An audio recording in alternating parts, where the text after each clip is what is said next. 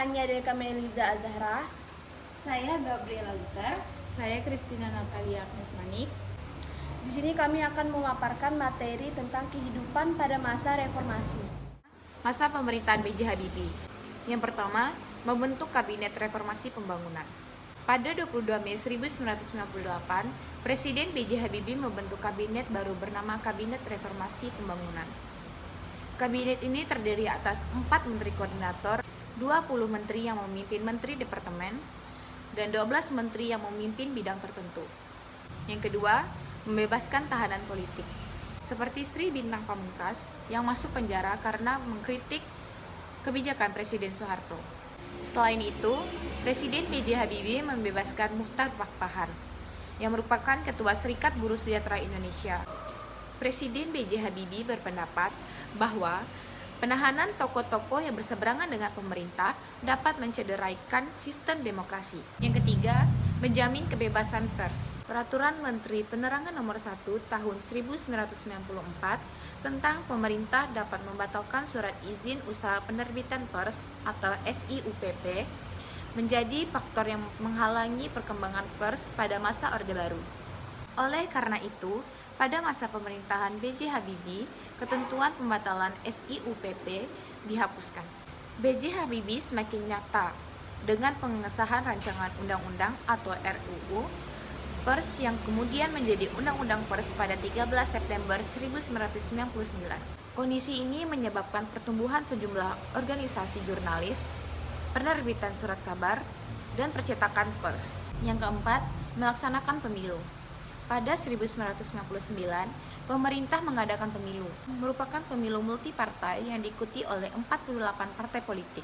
Untuk melaksanakan pemilu, pemerintah membentuk Komisi Pemilihan Umum atau KPU yang anggotanya berasal dari wakil-wakil partai politik dan pemerintah. Yang kelima, referendum Timor Timur. Kebijakan penting Presiden B.J. Habibie pada masa pemerintahannya adalah penyelesaian masalah Timor Timur dengan cara yang dapat diterima oleh masyarakat internasional. Presiden B.J. Habibie menawarkan dua pilihan kepada rakyat Timor Timur. Pilihan pertama adalah otonomi luas, sedangkan pilihan kedua adalah rakyat Timor Timur merdeka dan terpisah dari Indonesia. Hasil referendum tersebut yaitu 79% penduduk memilih merdeka dari Indonesia dan 21% tetap memilih menjadi bagian Indonesia dengan status otonomi luas. Menghadapi kenyataan tersebut, Presiden B.J. Habibie meminta MPR membahas hasil jajak pendapat tersebut dan menuangkannya dalam ketetapan yang memberikan pengakuan terhadap keputusan rakyat Timor Timur. Ketetapan yang dimaksud adalah mengesahkan pemisahan Timor Timur dari Indonesia secara terhormat. Yang keenam, memperbaiki perekonomian negara. Ia berhasil memperbaiki nilai tukar rupiah dari 17.000 per US dollar menjadi 7.000 sampai 8.000 per US dollar.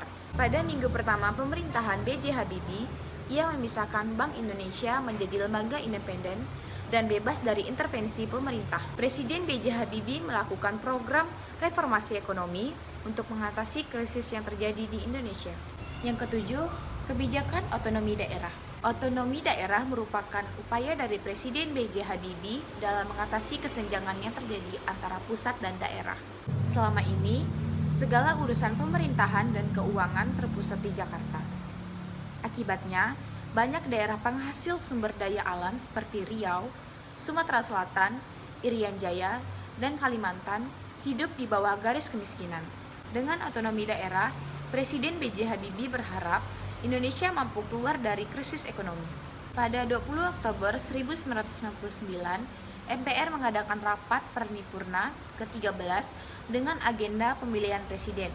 Beberapa calon presiden diantaranya Abdul Rahman Wahid, Megawati Soekarno Putri, dan Yusri Iza Mahendra. Akan tetapi, Yusri Iza Mahendra menyatakan pengunduran dirinya menjelang pelaksanaan voting pemilihan presiden. Abdul Rahman Wahid memenangi pemilihan presiden dalam pemungutan suara. Sementara itu, Megawati Soekarno Putri ditetapkan sebagai wakil presiden. Masa pemerintahan Abdurrahman Wahid yang pertama memisahkan Polri dari ABRI. Pada masa pemerintahan Abdurrahman Wahid, Polri dipisahkan dari militer sehingga ABRI tidak lagi menjadi entitas tunggal.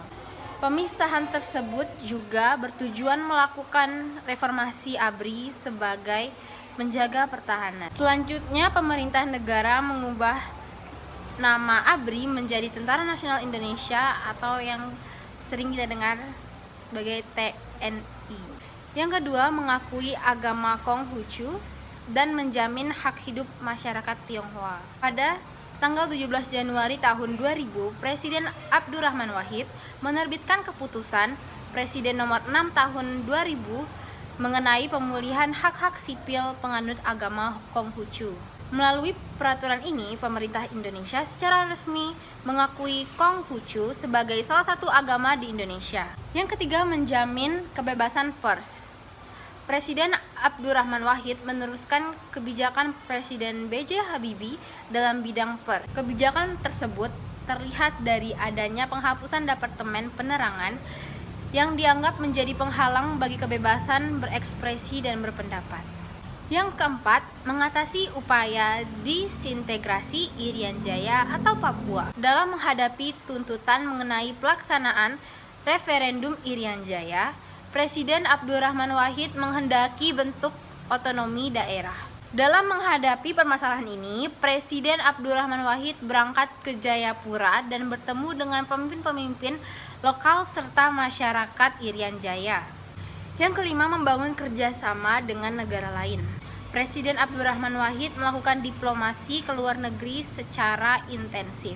Kunjungan tersebut membawa dampak positif bagi negara, yaitu memulihkan perekonomian dan mendorong aliran investasi ke Indonesia. Presiden Abdurrahman Wahid pernah mengumumkan pemberlakuan dekret yang berisi pembubaran DPR atau MPR, mengembalikan kedaulatan di tangan rakyat, serta membekukan Golkar sebagai bentuk perlawanan terhadap pelaksanaan sidang istimewa MPR. Masa pemerintah Megawati Soekarno Putri yang pertama membentuk pemerintahan melalui Kabinet Gotong Royong.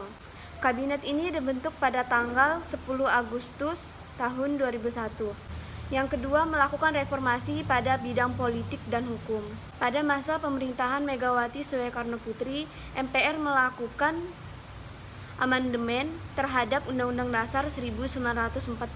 Upaya lain untuk menuntaskan cita-cita reformasi adalah perencanaan pembentukan Mahkamah Konstitusi selambat-lambatnya pada tanggal 17 Agustus tahun 2003. Yang ketiga, disintegrasi dan kedaulatan rakyat. Upaya Presiden Megawati Soekarno Putri untuk meredam konflik di Aceh salah satunya dengan cara melakukan kunjungan kerja pada tanggal 8 September 2001. Provinsi Aceh resmi berganti nama menjadi Nanggore Aceh Darussalam.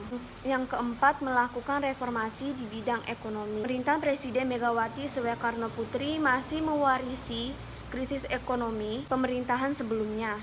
Oleh karena itu, Megawati Soekarno Putri melakukan upaya pemulihan ekonomi.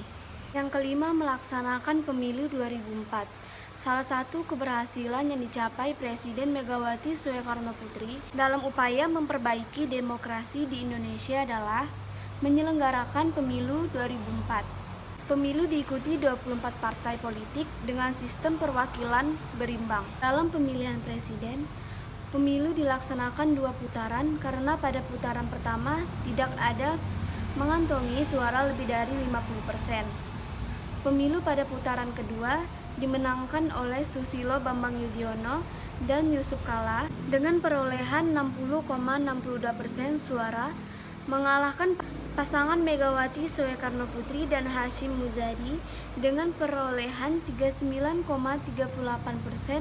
suara. Masa pemerintahan Susilo Bambang Yudhoyono dan Yusuf Kala. Yang pertama, mengatasi masalah disintegrasi bangsa. Dalam menciptakan Indonesia yang aman dan damai, pemerintahan Susilo Bambang Yudhoyono dan Yusuf Kala berusaha mencari solusi bagi permasalahan dalam negeri, khususnya masalah disintegrasi bangsa, yaitu konflik Aceh. Pemerintah berusaha menyelesaikan konflik Aceh dengan cara yang adil, damai, dan bermartabat. 2. Mencegah aktivitas illegal logging. Aktivitas pembalakan liar atau illegal logging mendapat perhatian cukup signifikan dari pemerintahan Susilo Bambang Yudhoyono dan Yusuf Kala. Pemerintahan Susilo Bambang Yudhoyono dan Yusuf Kala membentuk kelompok kerja atau Pokja penanganan illegal logging beranggotakan lintas menteri di bawah koordinasi Menko Kesra untuk lebih mengefektifkan pemberantasan illegal logging. Yang ketiga, pemberantasan terorisme. Penangkapan yang dilakukan terhadap pelaku teror hanya menyentuh pada kulit terluar, bukan pada otak sesungguhnya. Bayang-bayang teror selalu menjadi mimpi buruk bagi seluruh warga Indonesia. Atas dasar tersebut, pemerintah menetapkan aksi terorisme sebagai kejahatan luar biasa atau extraordinary crime. Atas dasar tersebut, Presiden mengeluarkan Instruksi Presiden atau Inpres nomor 5 tahun 2004 tentang percepatan pemberantasan korupsi. Yang ketiga, kebijakan dalam bidang ekonomi. Kondisi perekonomian pada masa pemerintahan Susilo Bambang Yudhoyono dan Yusuf Kala lebih stabil. Cita-cita untuk kembali mencapai swasembada pangan diusahakan oleh pemerintahan Susilo Bambang Yudhoyono dan Yusuf Kala. Swasembada daging pada 2010 dan swasembada kedelai pada 2010. Akan tetapi, kebijakan ini tidak dapat terlaksana karena krisis dunia dan melonjaknya harga minyak dunia. Pemerintah berusaha mengurangi beban masyarakat akibat kenaikan BBM dengan memberikan kompensasi berupa bantuan langsung tunai atau BLT kepada keluarga tidak mampu. Pada akhir pemerintahan Susilo Bambang Yudhoyono dan Yusuf Kala ditandai penyelenggaraan pemilu pada tahun 2009. Masa pemerintahan Susilo Bambang Yudhoyono dan Budiono yang pertama memperbaiki pelayanan publik. Peningkatan pelayanan publik merupakan salah satu tindak lanjut reformasi birokrasi yang dilaksanakan oleh Kabinet Indonesia Bersatu 1. Program-program tersebut antara lain tampak pada kebijakan One Step Service atau OSS, mekanisme pengaduan, standar kompetensi, jabatan, dan pelayanan pertahanan. Yang kedua, memperkuat sistem politik. Untuk memperkuat sistem politik, Presiden Susilo Bambang Yudhoyono membentuk Sekretariat Gabungan atau Setgab yang beranggotakan Partai Demokrasi dan partai politik pendukung pemerintahan. Pembentukan Setgab bertujuan menyatukan visi dan misi agar arah pembangunan berjalan seiring kesepakatan bersama. Yang ketiga, mewujudkan good governance. Agenda besar Kabinet Indonesia Bersatu 2 adalah program kerja dalam bidang ekonomi untuk mewujudkan pemerintahan yang bersih dan baik atau good governance, seperti pemberantasan korupsi di seluruh elemen pemerintahan, mulai dari tingkat desa hingga pemerintahan pusat. Pada masa pemerintahan Susilo Bambang Yudhoyono dan Budiono, kondisi ekonomi terus berkembang dengan fundamental yang semakin kuat. Pendapatan domestik bruto meningkat sehingga pada 2013 Indonesia menduduki peringkat ke-16 ekonomi dunia. Yang keempat, memajukan pendidikan. Usaha pemerataan dan perbaikan pendidikan di Indonesia pada masa pemerintahan Susilo Bambang Yudhoyono dan Budiono semakin gencar. Usaha perbaikan pendidikan ini dilakukan dengan pemberdayaan para sarjana. Perekrutan lulusan perguruan tinggi melalui program sarjana mendidik di daerah terluar, tertinggal dan terdepan atau SM3T menjadi usaha pemerintah untuk meningkatkan mutu pendidikan di pelosok negeri. Pemerintahan Susilo Bambang Yudhoyono dan Budiono secara resmi mengakhiri masa jabatannya pada 20 Oktober 2014. Masa pemerintahan Joko Widodo Ma'ruf Amin. Presiden Joko Widodo dan Wakil Presiden Ma'ruf Amin terpilih berdasarkan pemilihan presiden yang dilaksanakan pada 17 April 2019. Prabowo Subianto merupakan rival Joko Widodo dalam pemilihan presiden 2019. Menurut sejumlah pakar politik, langkah Joko Widodo ini bertujuan untuk meredam tensi politik yang terjadi menjelang hingga setelah pemilihan presiden dan wakil presiden tahun 2019. Salah satu keputusan penting lain yang diambil Presiden Joko Widodo adalah pemindahan ibu kota negara. Pemindahan ibu kota ditargetkan selesai pada tahun 2024. Untuk itu, Presiden Joko Widodo membentuk Badan Otoritas Pemindahan Ibu Kota untuk mengurus segala keperluan terkait pemindahan ibu kota negara. Yang keempat, memperbaiki kondisi sosial. Meningkatkan kesejahteraan rakyat merupakan fokus utama dalam program pemerintahan Joko Widodo. Salah satu upaya peningkatan kesejahteraan adalah menghapus rekrutmen tenaga honorer dalam instansi pemerintahan. Pemerintah juga mempertimbangkan mengangkat tenaga honorer yang sudah lama mengabdi menjadi calon aparatur sipil negara. Dalam bidang pendidikan, pemerintah memutuskan menghapus sistem ujian nasional mulai tahun 2021. Akan tetapi, akibat pandemi virus corona atau COVID-19, pelaksanaan ujian nasional sudah mulai dihapuskan pada tahun 2020. Selanjutnya, pemerintah akan menerapkan skema baru sebagai penentu kelulusan bagi siswa pada jenjang akhir sekolah. Yang kedua, memperkuat pemberantasan korupsi. Untuk memperkuat pemberantasan korupsi, pemerintah dan DPR sepakat melakukan revisi terhadap Undang-Undang Nomor 30 Tahun 2002 mengenai Komisi Pemberantasan Korupsi atau yang disingkat dengan KPK. Dalam bidang ekonomi, pemerintah membuka seluas-luasnya investasi. Badan Koordinasi Penanaman Modal atau BKPM menargetkan pencapaian investasi pada 2020 sebesar lebih dari 880 triliun atau sekira 11% lebih tinggi dibandingkan tahun 2019. Selanjutnya, agar perekonomian di daerah semakin kuat, pemerintah membuka investasi di sektor manufaktur dan investasi di kawasan industri atau kawasan ekonomi khusus atau yang disingkat dengan KEK. Demikian pembahasan mengenai periode reformasi Indonesia. Sekian, terima kasih.